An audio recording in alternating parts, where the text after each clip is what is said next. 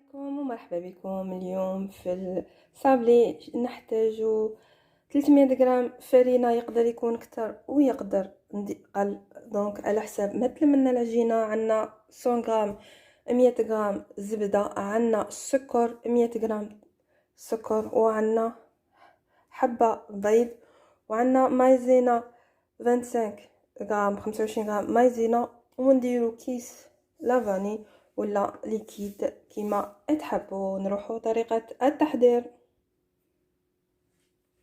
نديرو حبه بيض ونديرو معاها الزبده والسكر ونخلطوا مليح المكونات بليدينا اكيد.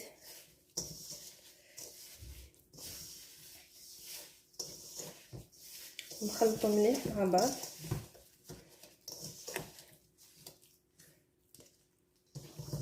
بعد ما خلطنا مليح وديما تكون الزبده بحراره المطبخ والبيض تاني نجبدوهم لافونس.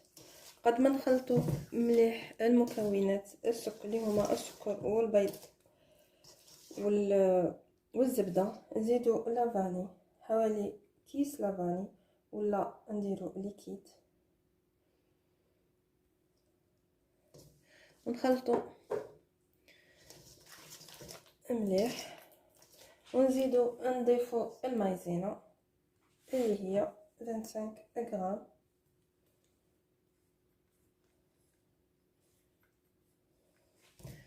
نكملو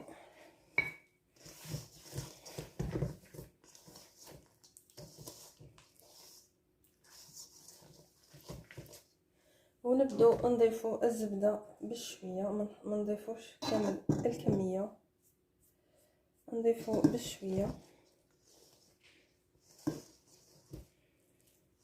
حتى نحسو باللي ولات لنا عجينه ماشي طريه بزاف وماشي قاصحه تاني، كمان نخلوها بشويه طريه.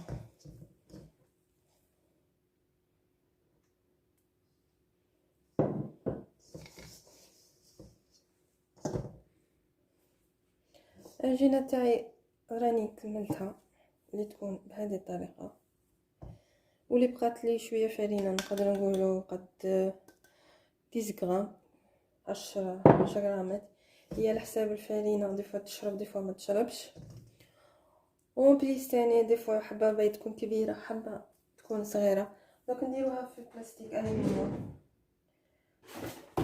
ترتاح شويه، ومن بعد نروحو نخدمو بها.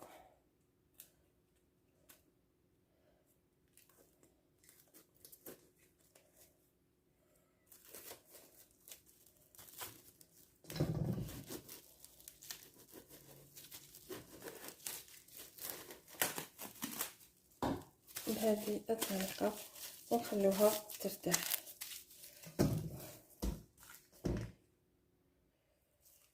العجينه تاعي بعد ما ارتاحت قد نص ساعه هكذا نحلها ونبدا نخدم بها.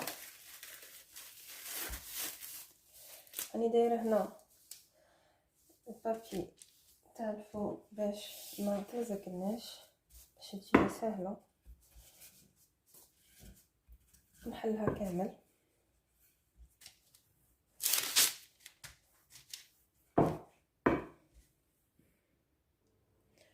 بعد ما حليتها بهذه الطريقه ما نديرها رقيقه بزاف ولا غليظه. نجيبو، انا غادي نستعمل هذه الطوبه، عندي 3 غادي نستعملهم ل3، ونبدا نطبع الحبات التاوي.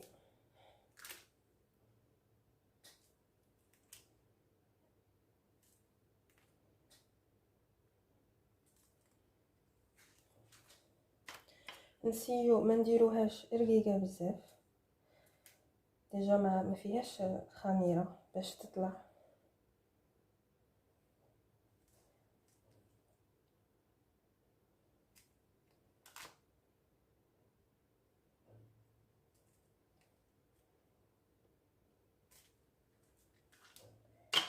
ونزيد ندير بهذا، والطوابع على حساب ما يكون متوفر عندكم ما يهمش.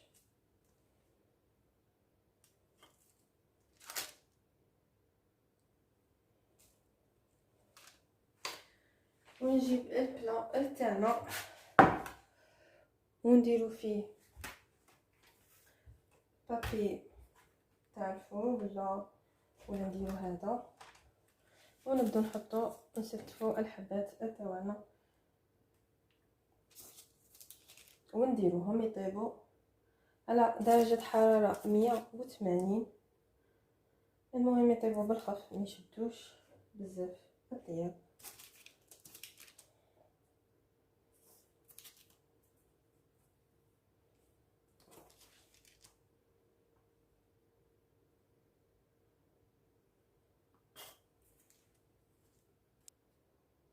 بعد ما نجيب الباط تاع السكر ونطريها مليح بليدينا كيما هكذا، ونبدا نخدم بها باش نديرو لي صابلي، نذوقو لي صابلي تاعنا.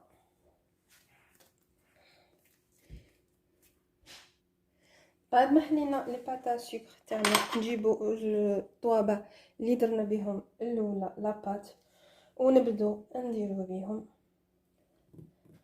نطبعو بهم لاباط تاع السكر بهذه الطريقه.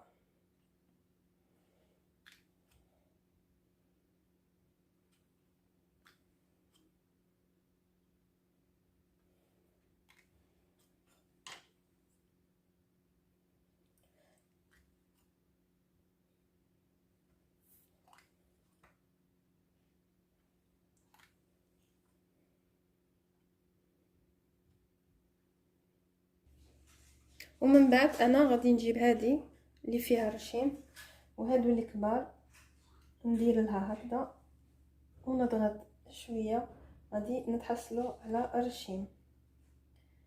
نجيبو دونك هذه درت لها بهذه الطريقه، غادي تجي فيها رشيم شباب كما راكم تلاحظوا.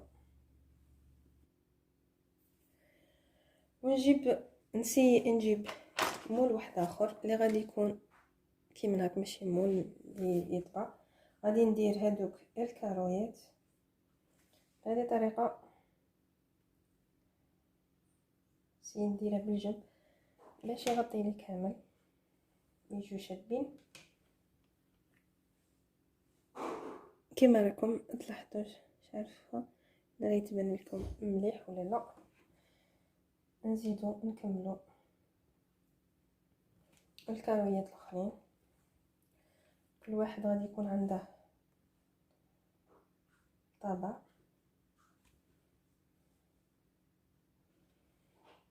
بهذه الطريقه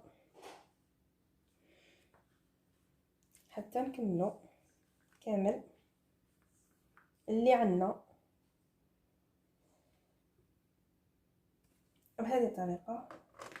وهادو اللي جايين اطوال كيما هاك، دونك بالك ندير لهم هذا كيما هكذا، نضغط مليح باش الرشيم كامل يخرج. نسيو نبعدوهم على الاخرين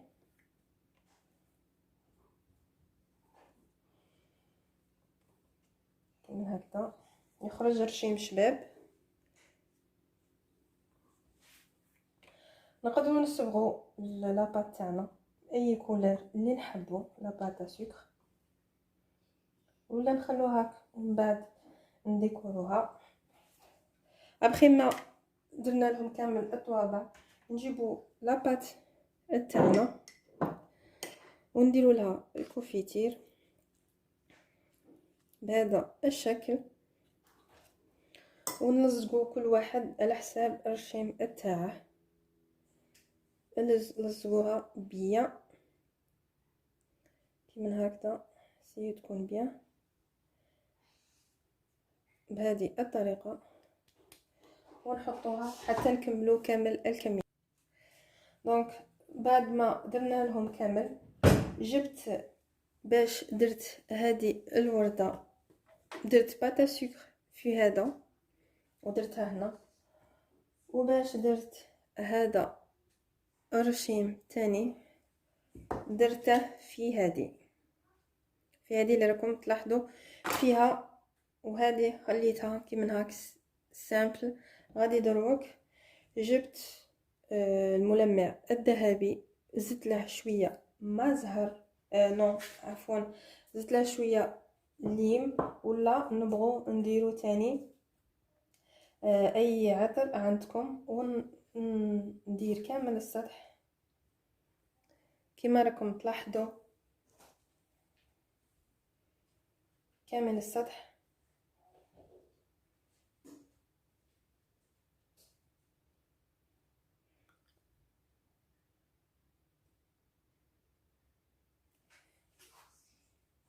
شوفوا كيفاش تجي شابه. هذاك تما الوسطاني رشيم ما يدخلش، دونك الرشيم يبان احسن افضل من الاولى.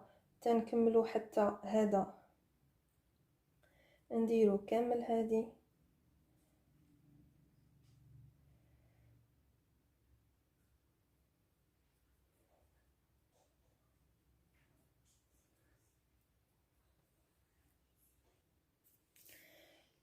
دونك عاودت درت وحده بالموف كيما هكا، ودرت لها البابي هذه درت لها اللي وريتها لكم الاولى، وغادي نصبغوها كيما هكذا. نورمالمون راهي واضحه عندكم.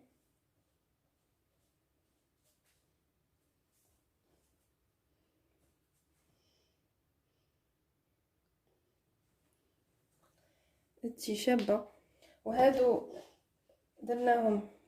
درتهم كي الكادر، ولونت الموتيف اللي راه في الوسط. نوريكم وحده كيفاش درتها. غادي نلون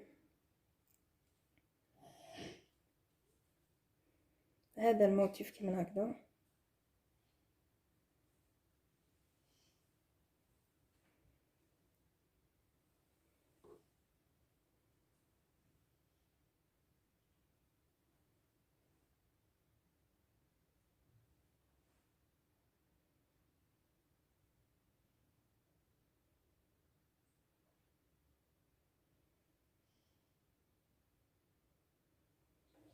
ونزيد ندير هادو الحواشي بهذه الطريقه، ونسيو هادو الفراغات كامل نغطوهم.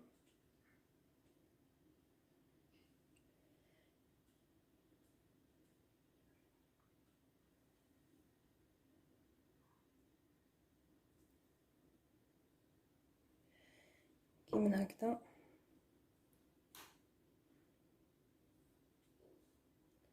حتى كامل نكملوا الكادر تاعنا.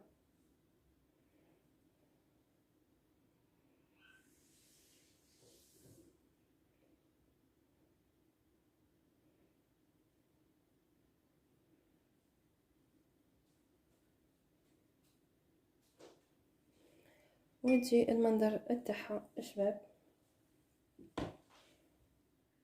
هاولا المنظر الشكل تاعهم من الاخير كي جا. ان